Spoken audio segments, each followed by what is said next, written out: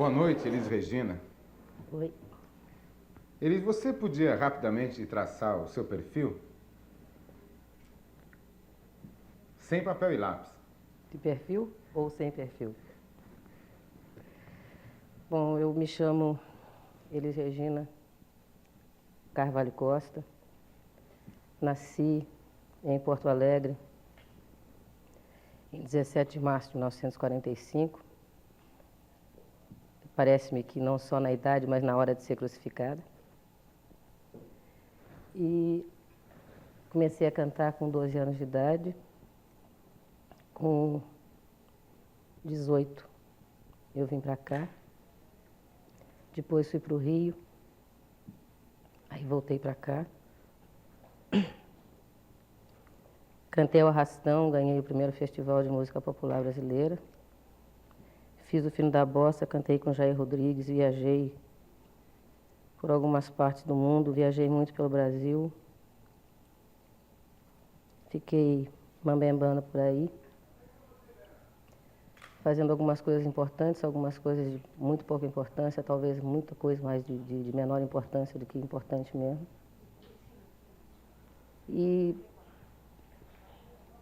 gosto de música, gosto de cinema, gosto de ler, gosto de cozinhar, gosto de plantar. E estou aqui porque recebi um convite que eu achei que era maravilhoso, de participar de um programa que eu gosto muito de ver normalmente. E, de uma certa forma, sempre me imaginei fazendo parte dele. E como eu não gosto de morrer com vontades, eu vim fazer. Elis, você deu uma série de informações pessoais. Agora, você normalmente, pelo público, não é conhecida pessoalmente, mas sim profissionalmente. Qual a sua expectativa de ser entrevistada pelo povo, num papo assim direto, com as pessoas que te conhecem mais profissionalmente? De repente, saber qual é, o que é que as pessoas acham que eu sou. Evidentemente, em função de coisas que elas leram, coisas que elas ouviram falar. Eu tenho uma certa expectativa, eu gostaria de saber, por isso que eu estou aqui. Bem, sua expectativa começa a ser atendida a partir de agora, com você como convidada do Vox Populi. Então tá. Você conhece a Elis Regina? Sim. O que você acha dela? Eu acho uma boa cantora e também bastante popular, bastante conhecida assim no meio artístico. É uma excelente cantora, eu gosto dela, tenho todos quase discos da coleção. Ótima cantora. Por favor, o que você acha da Elis Regina? Pra mim, é a melhor cantora brasileira. Não tem outra. E você? Eu concordo com ele porque é uma garota que convém a gente, né? Chama a atenção de todo brasileiro, né? Eu gostaria de saber o que foi importante para você subir em sua carreira. Teve muita coisa importante. Teve uma série de pessoas com disposição de me ouvir, como, por exemplo, Armando Pitigliani, que foi quem me deu a possibilidade de fazer um disco do jeito que eu achava que devia ser feito, cantando músicas de Caymmi, Edu e uma série de outras pessoas que eu respeitava muitíssimo. Teve o Walter Silva, Pica-Pau, que me considerou capaz de participar da programação do Teatro Paramount, o falecido Teatro Paramount aqui em São Paulo. Teve o Edu Lobo, que achou que eu era a pessoa indicada para cantar a música dele no festival. Independente disso, teve um momento, né, que a música brasileira estava saindo de um período de bossa nova, que fez toda uma preparação inicial para o trabalho da gente. havia realmente a possibilidade de que pessoas novas, com propostas novas, se apresentassem. Parece que não havia medo de novas propostas, não havia medo de gente jovem. Então a gente teve condição de fazer uma série de coisas e teve, inegavelmente e modestamente, uma vontade minha de fazer as coisas, custasse o que custasse. Eu resolvi que eu ia fazer. Então, essa série de coisas, acho que foram muito importantes e foram as coisas que contribuíram para que eu pusesse minha cabeça de fora e ficasse desnorteando aí esses anos todos. Elis Regina, se você não fosse cantora hoje, o que você seria hoje? Eu seria uma péssima professora primária, porque eu estava me preparando para isso. Mas eu ia ser um horror, ia ser provavelmente expulsa pelo Ministério da Educação e Cultura por incompetência ou por falta de afinidade com o cargo. E eu provavelmente, se não fosse cantora, não seria a pessoa que eu sou, que eu acho que é muito mais importante do que a profissão que eu tenho. Eu aprendi muita coisa nessas andanças aí pela vida. A gente está sentindo que agora no Brasil está se abrindo um período de possibilidade de articulação dos artistas em movimentos culturais mesmo, movimentos artísticos, né? Então, ver como é que você, Elis, né, se sente dentro dessa possibilidade de articulação. Então, você que ficou esse tempo todo, digamos, de um outro grande momento de ativação cultural no Brasil, lá pelos anos de 68, esse tempo todo você fez a sua carreira enquanto atriz, fez nome enquanto atriz. Então, como é enquanto cantora? Como é agora? Existe possibilidade de se articular com outros cantores e com os músicos mesmo, né?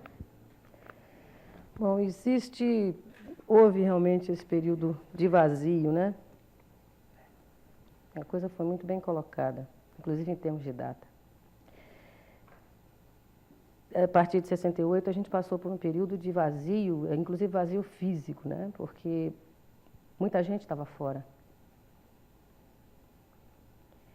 E não se contava, assim, de imediato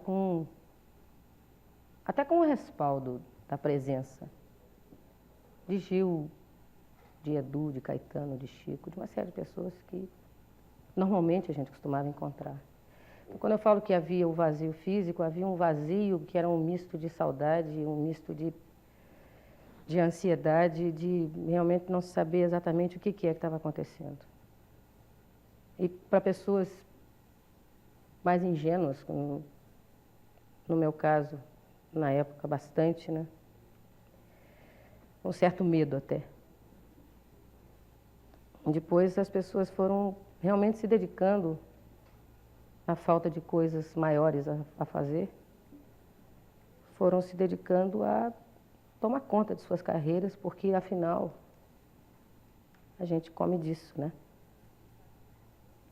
Então, era fazer o melhor possível, do que era possível ser feito, esperando se respirar em conjunto. Parece-me que se começa a respirar. Como eu vejo isso, eu vejo como uma coisa muito saudável, porque não dá para ser de outra forma, né? Pelo menos eu acho que eu fui criada para que fosse assim. E eu não consigo entender a vida de outra maneira. A articulação existe, quer dizer, a gente está com possibilidade de se encontrar. Parece que já não causa espécie ter um grupo de 10, 15 pessoas debatendo problemas que dizem respeito à sua profissão, dizem respeito ao seu trabalho, à sua forma de se comunicar com as pessoas, à sua forma de ser, dentro da medida do possível, o repórter da sua sociedade, do seu tempo, da sua terra, do seu povo, da sua cultura. A gente está fazendo e está passando por um período de amaciamento, porque a gente já não estava muito mais treinado para isso, né? Então, evidentemente, a gente está cometendo erros como muitas pessoas devem estar cometendo também, pela falta de prática, pela falta de exercício. Mas eu acho que o importante é a gente estar fazendo, e só erra aquele que está fazendo alguma coisa. E nesse momento eu acho que a coisa mais importante é que a gente faça e que encontre uma ressonância, né? Porque falar sozinho já está provado que não dá certo. Eu perguntaria a Elis Regina, minha particular amiga, sempre fomos amigos, com a fundação da associação Assim, qual a procuração que ela tem em falar em nome dos músicos?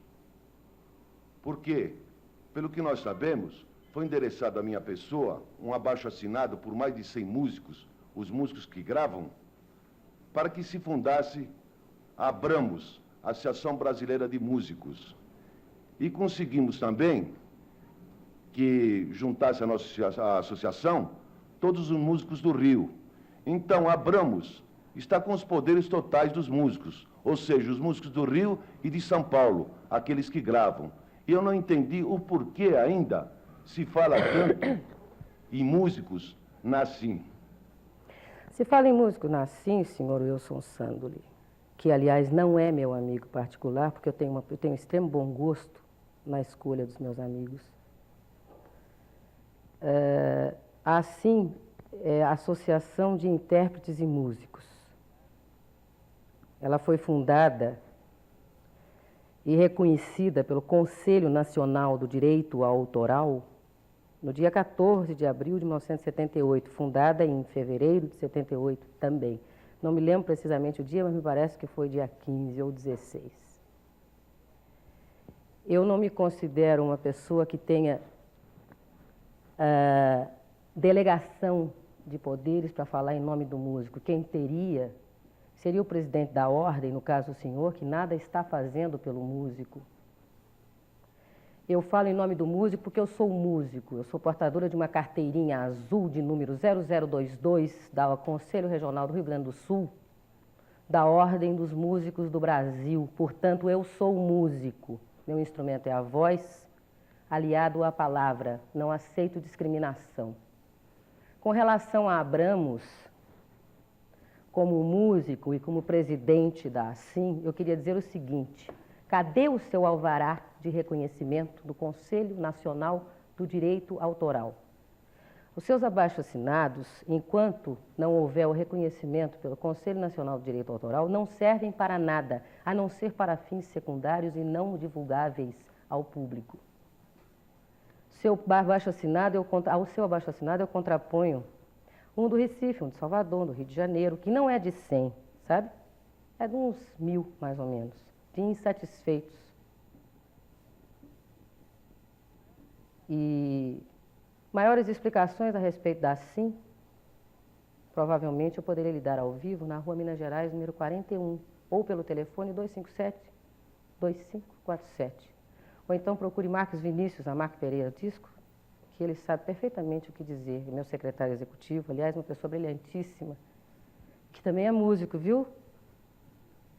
E que não está satisfeito com uma série de coisas que perduram há muito tempo, entendeu?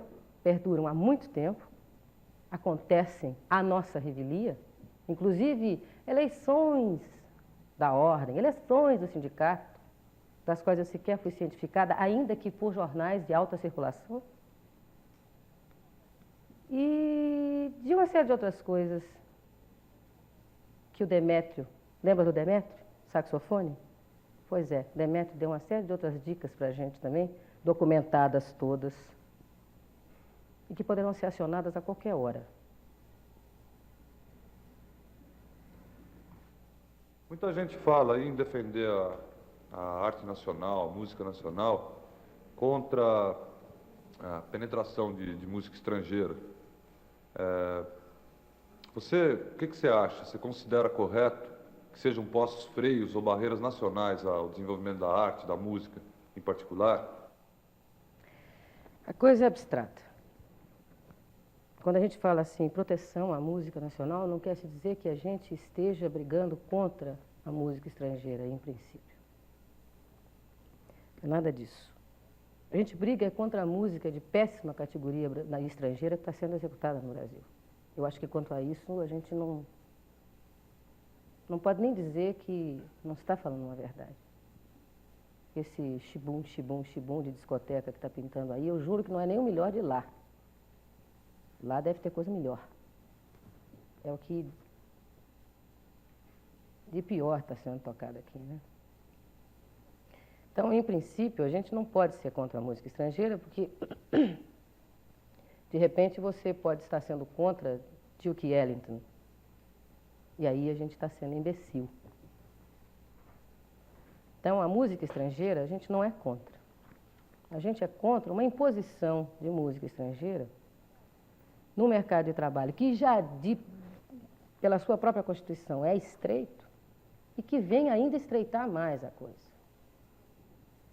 Então, quando a gente fala em proteção de cultura, a gente está mais ou menos falando a mesma linguagem daquele moço que é dono de um laboratório pequenininho, que faz pílulas há muito tempo, e que, de repente, está em vias de ser deslocado no mercado por um grande laboratório alienígena.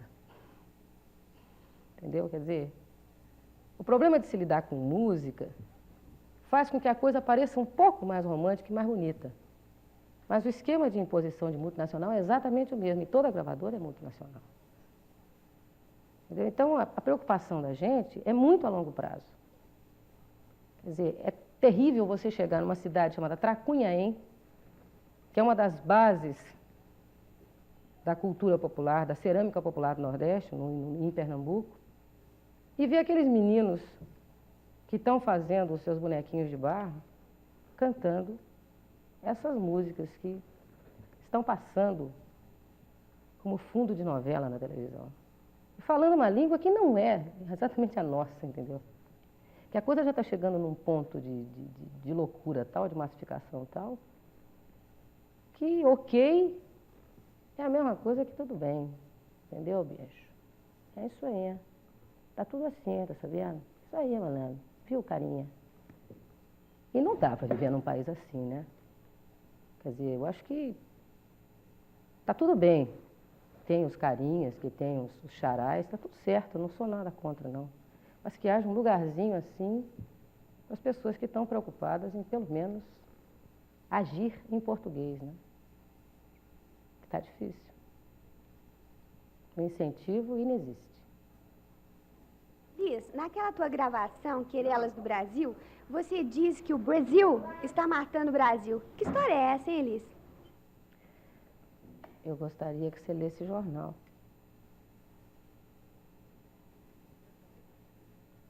Eu queria saber se com esse som juventude, som discoteca, o jovem brasileiro está prestigiando o cantor nacional. De maneira nenhuma.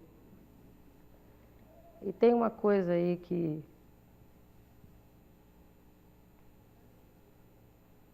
não vai acontecer nunca isso aí. Porque esse pessoal que frequenta a discoteca, via de regra, também não vai comprar disco brasileiro, não. Quando tiver uma graninha disponível, ele vai comprar o importado. Então, não está acrescentando nada. A gente não está acrescentando nada. Muito pelo contrário. Está só tirando chance. É claro que a gente faz força, né? As pessoas de um certo nome, como Milton, como Chico, Betânia, Gal, Gil, Caetano, eu, João, elas vão se segurando. Mas hoje em dia, a maré está muito mais para diversos do que para Chico Buarque de Holanda, pode-se crer. Elis, por que você sempre usa o cabelo curto? Porque eu não tenho cabelo comprido. É assim que eu gosto, ó. Se bem que agora eu estou pensando em deixar crescer um pouquinho. Fazer uma moldurinha para o rosto, assim, de vez em quando, eu acho gostosa, entende, Peixe? No tempo do Menino das Laranjas, de Arrastão, era maiorzinho, armado. Cheio de laquê, algum bombril por baixo, assim, para deixar mais alto. Naquele tempo, eu, assim, em termos de layout, eu era a minha mãe. Eu estou mais jovem hoje em dia, apesar do peso da idade. E hoje você é quem, Elis? Sou a mãe do João, do Pedro e da Maria. Você viu que eu tenho uma imaginação fertilíssima. Meus filhos têm os nomes mais rocambolescos possíveis. Diz Gilberto Gil que a gente precisava voltar a ser brasileiro até em nome de filho. Então eu aderi logo. Oi, Regina. Você que tem um sorriso tão bonito, eu tenho uma leve curiosidade em saber se seus dentes são naturais ou são dentadura.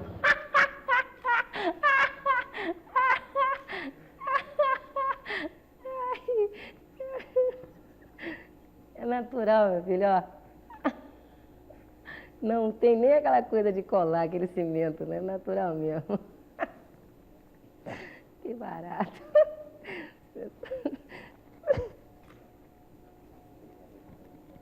Esse seu sorriso acabou virando meio marca registrada de algumas das suas apresentações, né, Elis? Rapaz, as pessoas são loucas. Dentadura. Que barato. Que loucura. Que doidice. Elis, como é que você dirige a sua vida fora do palco? Bom, Elis, eu queria saber como você consegue conciliar a sua vida familiar com a vida profissional. Assim, quando você viaja para fazer shows, como que você faz com seus filhos? Bom, eu estou vindo de 45 dias de Norte e Nordeste com eles. Quer dizer, sufoco, são 3, né? E nas idades mais estranhas, com as vontades mais diferentes umas das outras.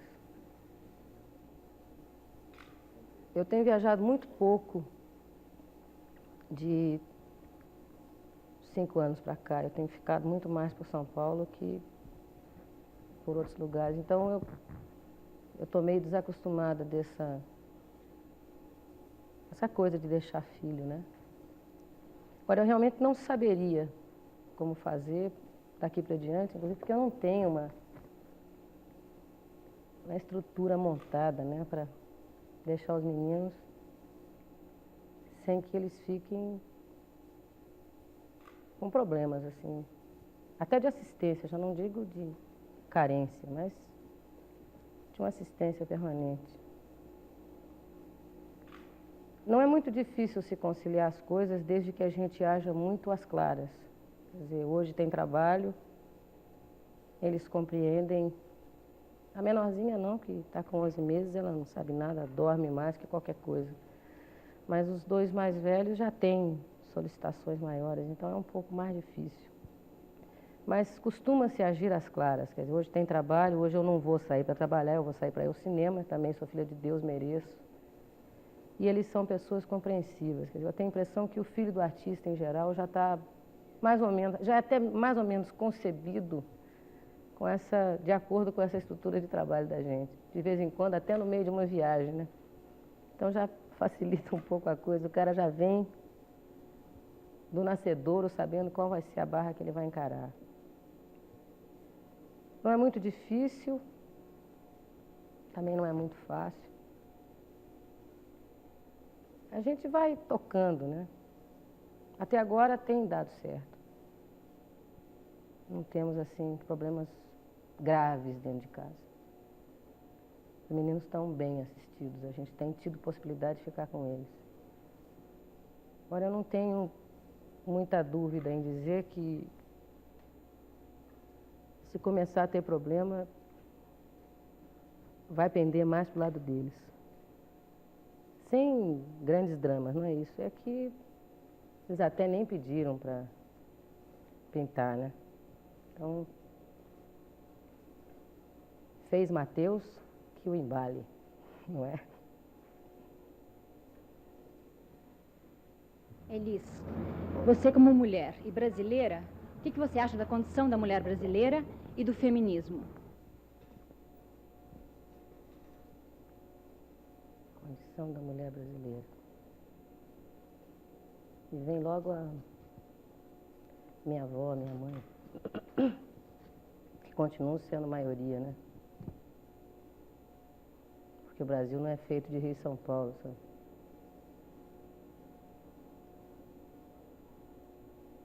Não acho muito legal, não.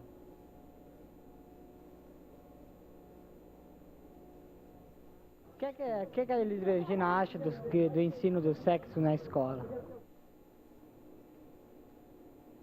Eu acho que é isso aí, bicho. Tem mais é que ter.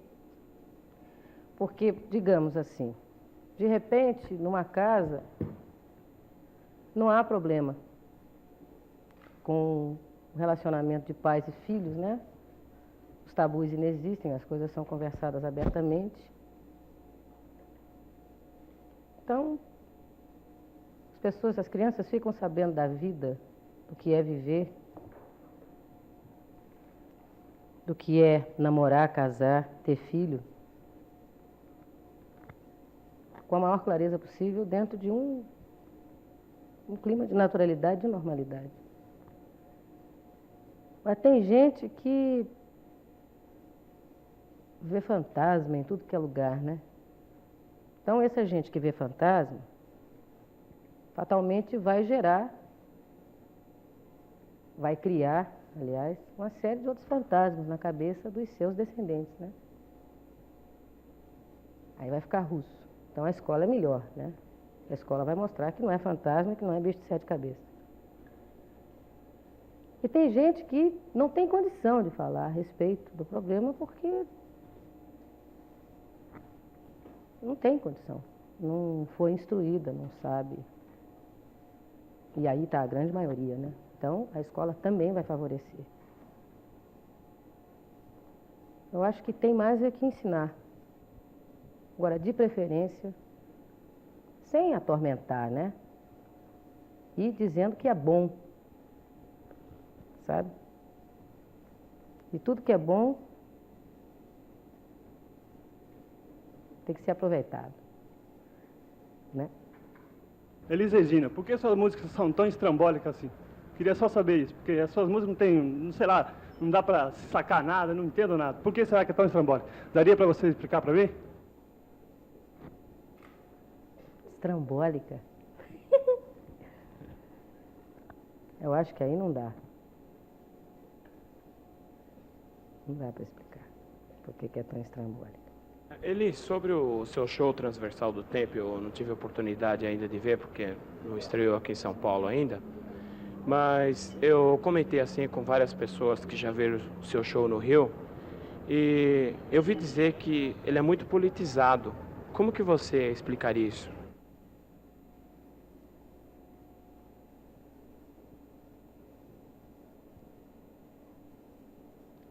Bom,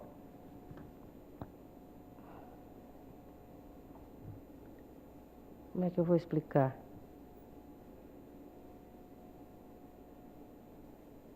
A linha do espetáculo é uma linha de debate, de uma série de assuntos. O espetáculo tem a pretensão de ser jornalístico, de abordar uma série de temas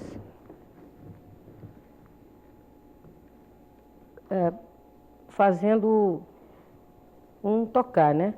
Porque Sono de Profundidade em 2 horas realmente não dá para se lançar. Ele faz uma série de denúncias, digamos assim, no sentido de mostrar uma série de coisas. Quanto a ser político, a preocupação da gente não era especificamente essa. Mas acho que a gente tem que participar um pouco, né, da vida. Porque senão corre o risco de virar Carolina. O tempo passa na janela e ela não vê.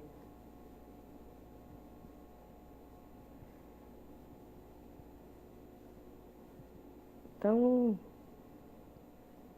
a gente fala de muita coisa, como, por exemplo, destruição de mata, destruição de rio, destruição do homem, a desapropriação. gente fala de dona de casa, de trabalhador, de gente que trabalha no campo, de boia fria. A gente fala de uma opção de coisa.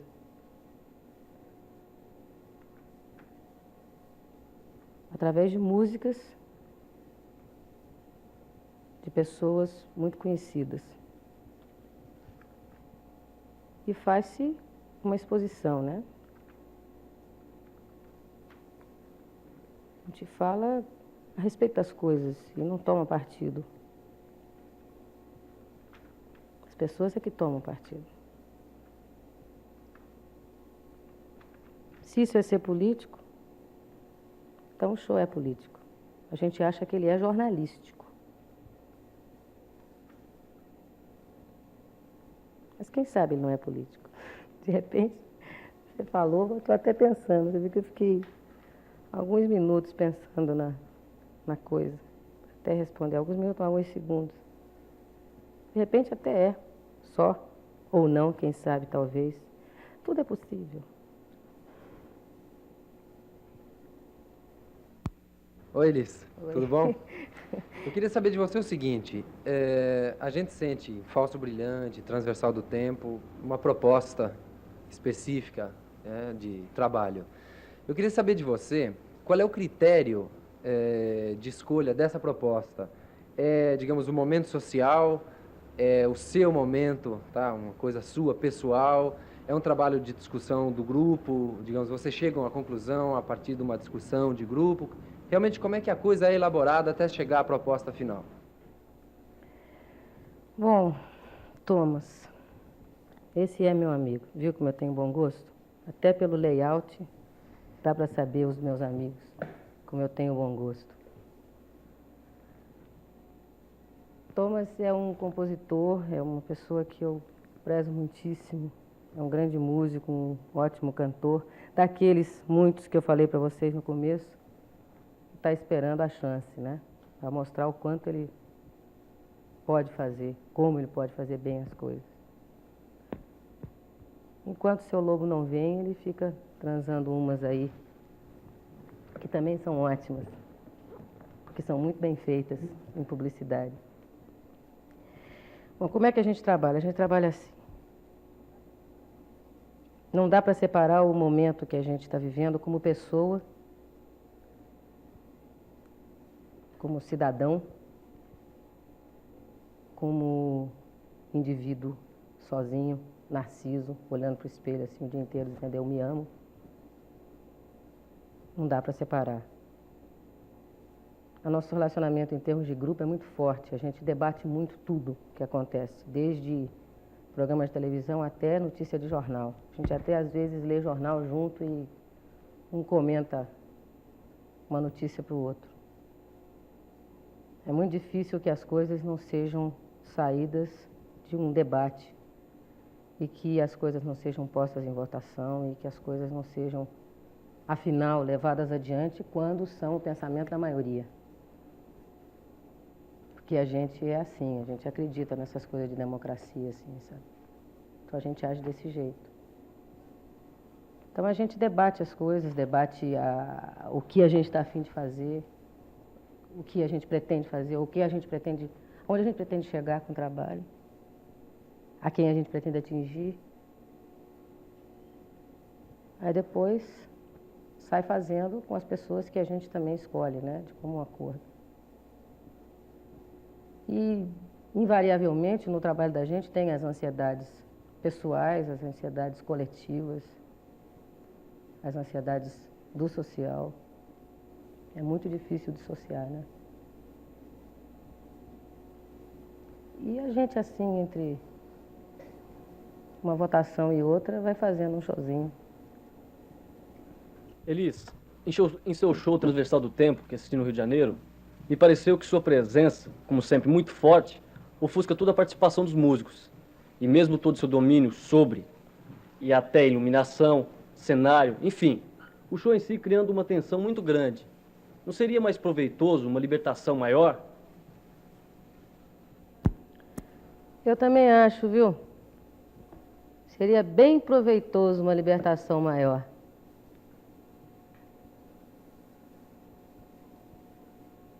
Você não acha? Elis, gengivinha, querida. Tudo bem? Elis, eu queria saber de você uma coisa. Por que você não aparece mais na televisão? Você está deixando tanta gente com saudade, principalmente eu, que sou tua macaca de auditório. Você sabe que eu não tenho tempo de ir a teatro para te ver, que eu viajo a beça. Você devia de vez em quando aparecer na televisão, né, nega? Cantar umas coisas lindas pra gente, com essa voz maravilhosa que Deus te deu. Me responda por que você não quer saber da televisão.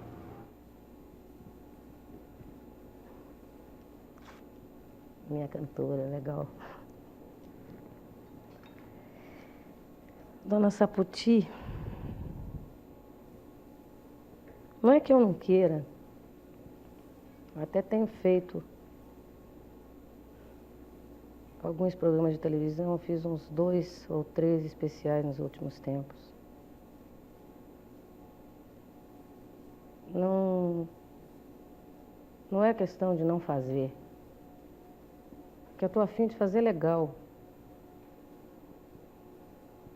Sabe, podendo fazer as coisas que eu acho legais. Você sabe que um dia desses, faz tempo isso, eu fui convidada para fazer um programa de televisão, um plástico desses aí.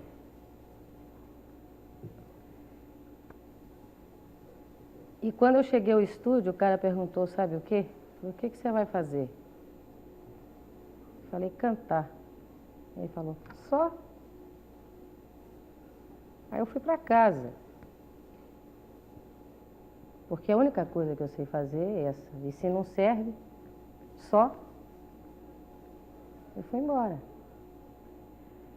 Quer dizer, no dia em que pessoas não precisem passar mais pelo vexame de ouvir esse tipo de pergunta, você vai cantar só? Aí dá para transar, porque eu gosto de cantar como você também gosta de cantar. Eu quero chegar e cantar. Não quero falar, não quero dançar, não quero contar piada. Não quero botar roupa de vedete, encher de pluma. Já fiz esse troço, sabe? Já me violentei o suficiente. Por medo, por covardia, por uma porção de coisas. E como me fez muito mal, eu não quero tornar a fazer coisa que me faça mal.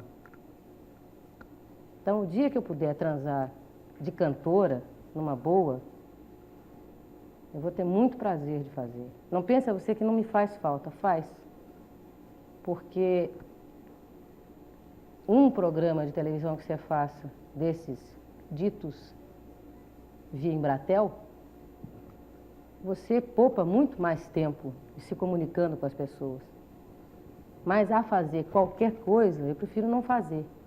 Porque eu já tenho uma série de distorções, sabe? Já estou encarando e desfazendo uma série de coisas que eu permiti, equívocos, que eu permiti fossem criados através da imagem, partindo da imagem, entendeu?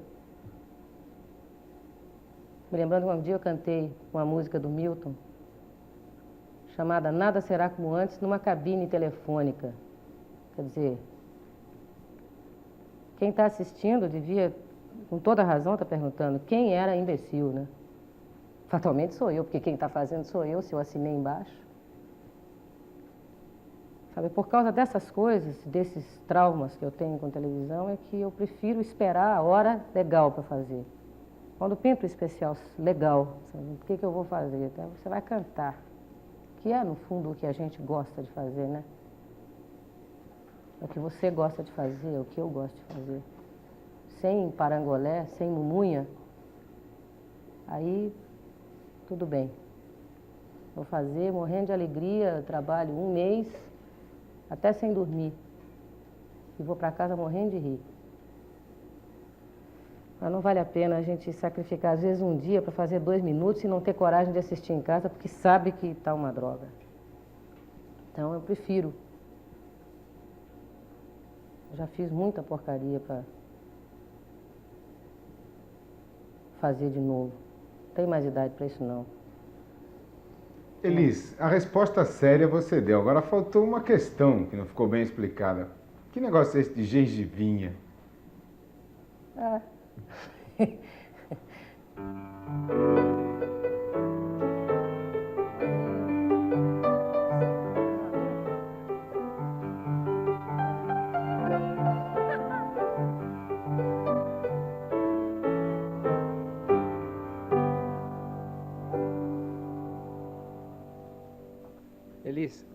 tenho certeza que você se lembra dessa música e do momento que ela apareceu, que eu acredito que tenha sido um dos momentos mais felizes da nossa música popular brasileira, para a nossa música popular brasileira. Eu gostaria de saber de você se você acha que isso pode novamente acontecer. Ou ainda, o que deveriam fazer os artistas ou os veículos de divulgação para que isso acontecesse. E ainda mais, caso isso aconteça, o que deveriam fazer os artistas para preservar uma coisa que reconhecidamente foi tão bom para a nossa música popular? Esse é meu amigo, viu? Tenho bom gosto na escolha dos meus amigos. Independente de ser meu amigo, é músico, toca um instrumento. Toca muitíssimo bem, talvez seja um dos melhores pianistas desse país. Seu Hamilton Godoy, que me acompanhou durante muito tempo, não só no Fino da Bossa, como em andanças e cheganças por aqui, por Europa, por África, por Venezuela, Uruguai, Argentina. E é uma pessoa de quem eu particularmente gosto muito. E respeito como profissional mais do que ele até possa imaginar. Talvez eu nunca tenha dito assim ao vivo, pela televisão seja mais fácil, porque eu tenho certos problemas de inibição ainda, por incrível que pareça. Hamilton, essa hora aqui de música que a gente viveu, realmente eu acho que foi muito importante. Como foi importante Bossa Nova, como foi importante Tropicália. Eram momentos que a gente estava muito junto, né?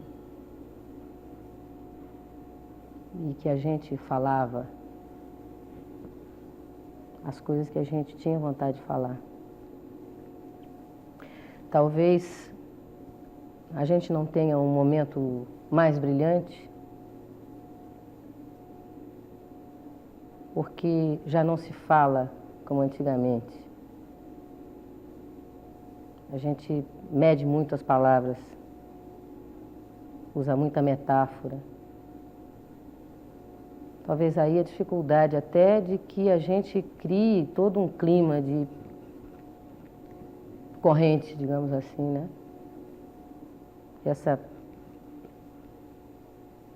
Esse choque da gente com o público, que era uma coisa realmente inacreditável, né?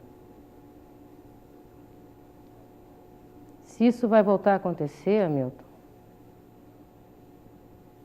eu tenho fé que vai. Alô, ali? Agora como é que eu vou escutar a resposta dela? Alô, tá me ouvindo? Como é que eu vou escutar a resposta dela? Eu não consigo. Por que você não vem aqui na Brasilândia fazer um show, hein? Aqui no ginásio mesmo, aqui pertinho. Ah, eu juro que eu vou. Você está escutando a resposta? Tá? Que barato. O que ela respondeu?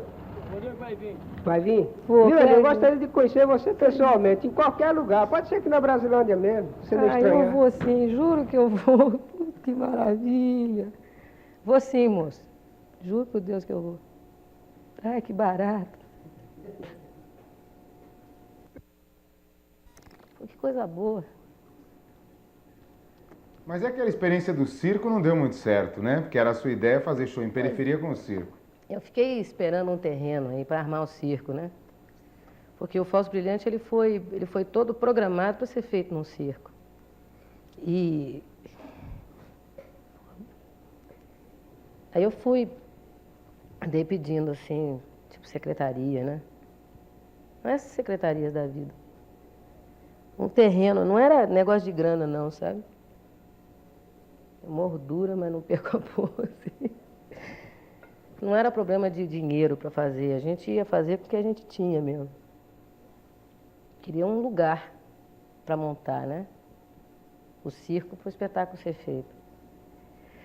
Aí a gente ficou ensaiando 3 meses e 3 meses era um tal de gabinete de um para o gabinete do outro, e fale com o doutor fulano e vai para o doutor Cicrano, e o deputado X e o governador e não sei o quê, e o negócio acabou não saindo. Então a gente fez em teatro. Realmente a proposta era totalmente inversa, né? Era de ir mambembando onde desce. Porque se o espetáculo fosse feito com o circo, dentro de um circo, aí não teria mais nenhum problema, porque o circo já estaria todo equipado e se bastava para qualquer apresentação. Mas a coisa gorou no Nascedouro. Inclusive foi providencial o aparecimento do Teatro Bandeirantes, porque o cenário era gigantesco, que ele estava sendo todo estruturado para ser feito num circo, porque a gente tinha a promessa de que o terreno sairia. E dentro do Bandeirantes acabou ficando legal, né? Porque o teatro é enorme, tem uma boca imensa de palco. Então, acabou dando certo ali dentro. Agora, se não tivesse saído do Bandeirantes, eu não sei o que ia acontecer com a gente. Não com aquela tralha toda armada e num teatro pequeno ia ter que redimensionar tudo. Nesse sentido, você nunca teve, então, diretamente essa experiência de cantar para a periferia, na periferia? Não, para a periferia, na periferia, só essas coisas que de vez em quando você faz, né? Tipo show, em clube. As coisas que você faz e que não faz questão que ninguém fique sabendo, sabe como é que é? Não acredito muito em obra de fachada, não. A gente vai e faz, e ponto, acabou. A gente sabe. As pessoas ficam sabendo e Jesus Cristo toma nota no livrinho lá. Aí depois no saldo positivo, saldo negativo, ele soma, divide, faz a prova dos 9 e de repente eu entro no céu. Agora, não quero que ninguém fique sabendo. Já fiz alguma coisa assim, vamos conversar a respeito de outra coisa. Tá? Você acha que esse outdoor sobre a Cláudia Alezin Rodrigues vai trazer algum benefício para a juventude?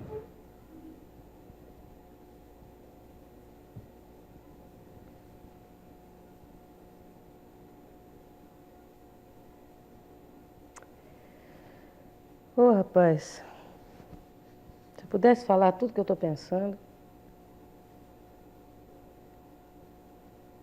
não vai trazer nada, rapaz. Não viu que o cara está na Suíça, numa boa? O cara está na Suíça e ele deve ser raia miúda. Deve ter muita outra coisa atrás disso aí. E se a conversinha de pé de ouvido valer, não é bom nem falar nesse assunto, que é muito perigoso. Acho que... Olha, esse troço é muito nojento demais para ser conversado nessa hora, sabe? Não gosto desse negócio, não. Quer saber por que você gravou o Rancho da Goiabada e Saudosa Maloca nesse ritmo que você gravou? Eu, particularmente, acho que ficou muito ruim, tirou toda a força, principalmente da Saudosa Maloca. Mas eu gosto assim. Tem uma história do Moacir Santos que é boa nisso. O jeito que ele fazia arranjo, as pessoas não se conformavam, né? Que era completamente diferente dos outros. Então, um dia, numa sessão de gravação, um trompista resolveu encrencar lá, com o jeito que ele escreveu o arranjo dele. Falou, mas não se escreve assim, maestro, o senhor me desculpe, me perdoe, não me leve a mal, mas não se escreve assim. Ele falou, mas toque. E o cara tentou tocar a segunda vez, falou, maestro, o senhor me perdoe, mas não dá para tocar porque não se escreve assim, como o senhor escreveu para trompa. Ele falou, ah, não escreve? Ele falou, não. Ele falou assim, então saia dizendo por aí que Moacir escreve. Eu gosto assim de Saudosa Maloca, é o meu jeitão. Eu respeito você não gostar, mas eu gosto assim. Ali ele, ó. Que barato. Ah, Elis Regina, se você soubesse, Elis Regina, se você soubesse como eu gostei da sua gravação, da sua interpretação, você não pode calcular como eu gostei. Eu e todos os meus amigos gostemos demais. Você cantou como eu queria, cantou legal. Gostei mesmo da sua interpretação do Saudosa Maloca, viu, Elis Regina? Minha queridinha. Eu preciso encontrar com você para dar o samba que eu falei que você era tupi, do Despejo da Favela. Sabe, Elis? Você gravou legal, muito bem, muito obrigado.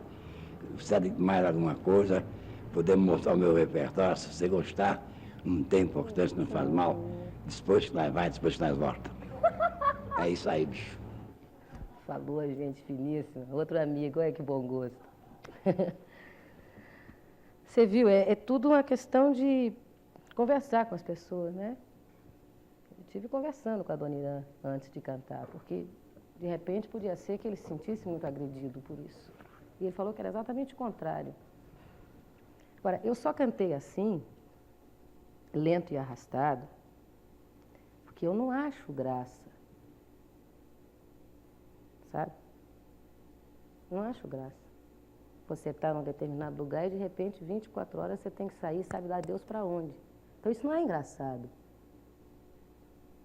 Sabe? Tem que haver uma certa coerência de som e imagem.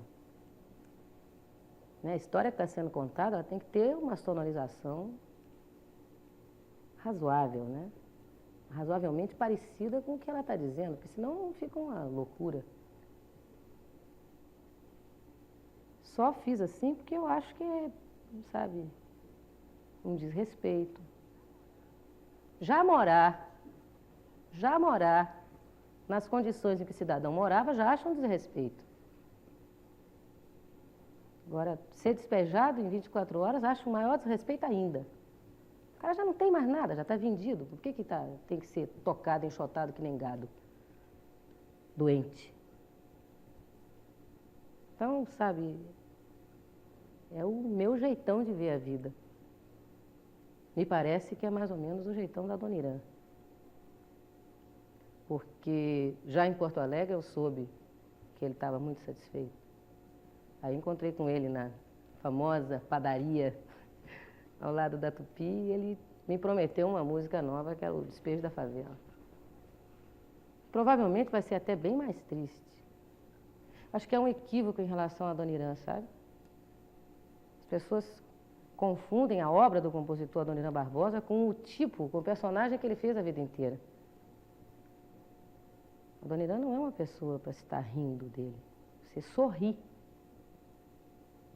É um camarada muito sério para a gente estar fazendo cães a toda hora, sabe? Eu acho. Me desculpe. Já falei para você que eu sou democrata, respeito o seu ponto de vista, mas eu estou colocando o meu. É a primeira chance que pintou. Ainda não fui entrevistada em outras estações, entende? Então, estou respondendo.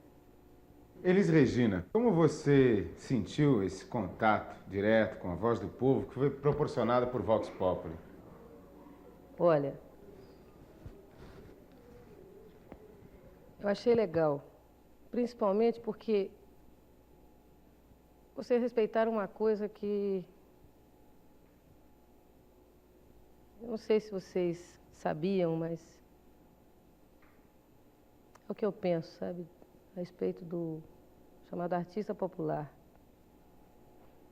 Tem que saber das pessoas que realmente o ouvem, até gravitam um pouco em torno dele. O que é que eles estão achando, o que é que eles estão pensando. Quer dizer, desde o menino que queria saber se eu tinha dente de verdade ou não, até a universitária preocupada com uma retomada dos artistas, no sentido de uma maior preocupação com o dia e a hora que eles estão vivendo dentro da sua terra, do seu país. Passando por esse moço que foi realmente o grande presente. Muito obrigada. Eu fiquei contente. Eu não saberia responder para teóricos. Sabe, eu não tenho essa facilidade, também não tenho tanto conhecimento assim para chegar para um doutor em música popular e responder coisas. Talvez até pela própria falta de tempo, as coisas que eu sei são muito mais do que eu vivi, do que eu ouvi da prática mesmo, sabe? E da confrontação da minha profissão com uma série de outras profissões. Então eu fiquei muito à vontade sendo entrevistada pelas pessoas que me assistem, que me ouvem, que ligam o rádio para me ouvir, ou que estão com o rádio ligado e de repente eu passo. E que de repente devem fazer um bicho de 7 cabeças da minha vida.